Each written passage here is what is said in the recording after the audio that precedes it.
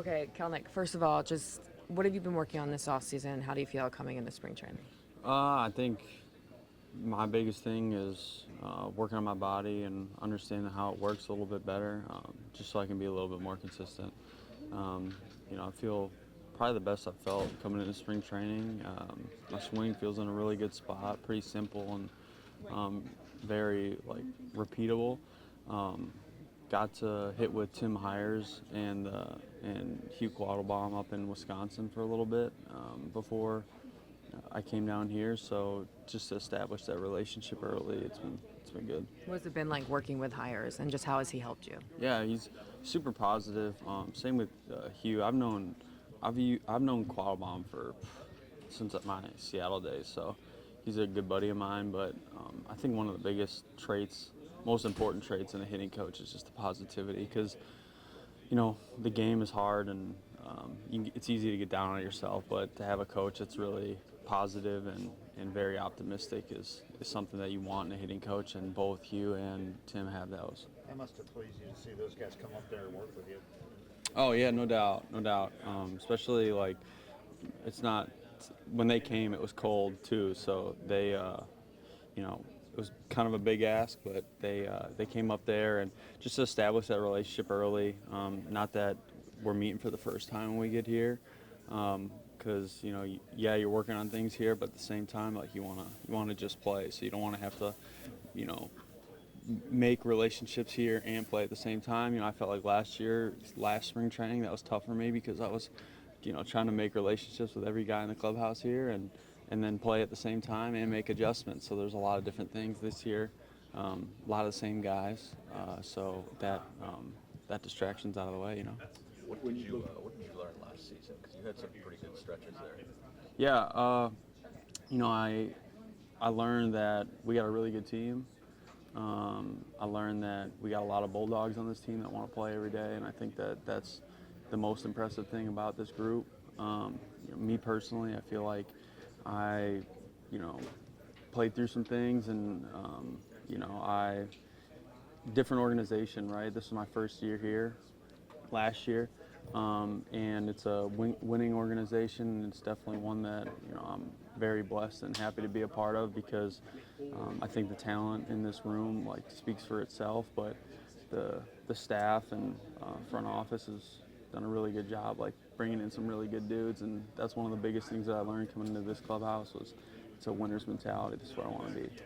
Last year, you're coming into spring training, and they said you're going to be the everyday left fielder. This year, probably profar, you guys, whoever replaced Acuna. How do you, compartmentalize the opportunity and avoid maybe, disappointment? I think the biggest thing is understanding that, I trust that, Snit wants to win, Alex wants to win, and you saw last year, right, that whatever it's going to take to win and get us to the end result, right, that's what it's going to be. So as long as I work on doing what I'm supposed to and focusing on doing my job, I'm gonna have my opportunity. So I'm gonna do everything I can to help this team win.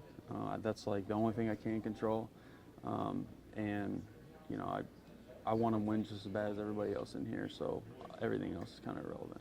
When you look at the positives of last year, the adjustments you made with mechanics, maybe from a mental standpoint, what did you take into the offseason saying, hey, look, I can continue to build off of this? I think the biggest thing I took away from the offseason was I didn't want to critique my swing so much. I play golf, so I think there's some similarities between the two, and I don't really. When I show up to the golf course and I'm trying to find a swing on the range, and then I go out there and I'm so focused on that swing, I end up usually playing a worse round. But if I'm just really, as cheesy as it sounds, if I'm just present playing golf with my buddies and enjoying, where I'm at and adjusting along the way, because this game's so fast, it's not a black and white. It's not a black and white game. You can't.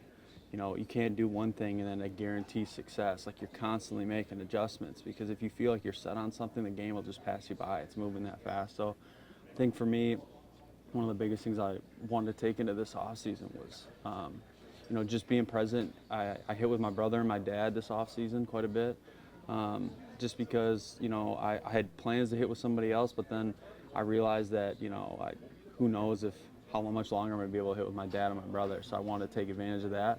But then it allowed me to it freed me up mentally, just being able to, you know, trust my swing each and every day. And I want to take that same mentality here, you know.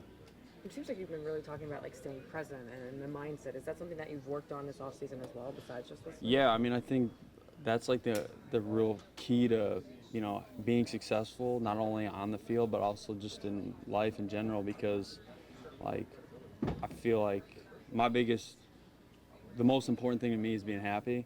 And if I can be present when I'm doing each and every day, then I know that I'm giving life my everything, right? But also, like, I'm enjoying doing it. And if I'm worrying about other things that I can't really control, it kind of just has baggage that I don't really need, and it kind of slows you down. Like I said before, the game is so fast that if you have any sort of baggage on you, like, you're just not going to perform to the best of your abilities. And you can get away with it when maybe the guys aren't that good, but these are the best guys in the world that if you have any baggage, you know, you get exposed quick.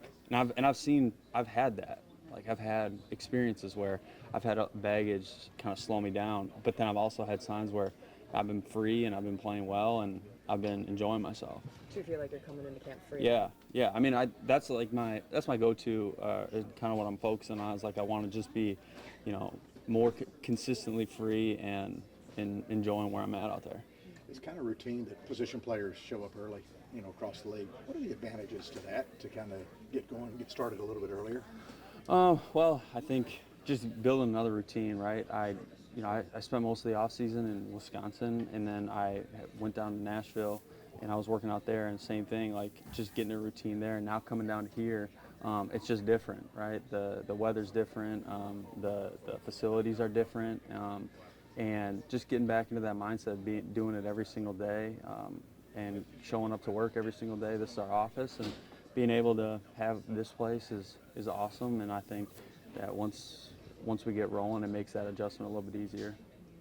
What was your thought when they did add Profar? I mean, you know, you want to play every day, but what was your thought when they did it? I mean, I think Profar is, like, everything I've heard about. I met him, like, when I came in the other day. He seems like a really great guy. I'm going to get to know him, like, throughout camp and the year. Played against him so many times when he was with the Rockies and when he was over in San Diego, and he's a hell of a player. So, you know, there's one thing that I do know is that this organization wants to win, and there's no like doubt in that. So, like, again, I realize that what's in my control and what's not, and I have enough trust to know that they want to win, and, like, I'm here to help win. You said you spent time trying to understand how your body works. Like, what did you come up with, and what came out of that? I mean, it was a lot of movement stuff. You know, I spent a lot of time on, like, just, like, in the weight room, like, strength stuff, but also I think I spent more time trying to worry about, like, range of motion and being able to maximize the strength that I have. You know, I had some things come up last season just from, like, tightness perspective of, you know, stuff that was lingering. Like, I had some oblique stuff going on. I had a wrist thing that was going on. I had a foot thing that was going on. And I just feel that the season's long. It's 162 games. And if you can maximize, like, your range of motion, it just, you know, eliminates the risk for injury and things to linger. And you're naturally going to get tight throughout the year with the travel schedule and the heat and playing as much as we do. And so to stay on top of that is something that I really worked on, that I'm going to try and keep going throughout the year. Wrist, oblique, foot, how bad were any of those? I mean, I'd never say that they were that bad, but, you know, they were there for sure. And, like, that's just the aches and pains of playing 162. It happens. And the biggest thing is I was still able to show up every day and try to do my job as best I could. So. Appreciate it. Thank Thank you so much. Thanks.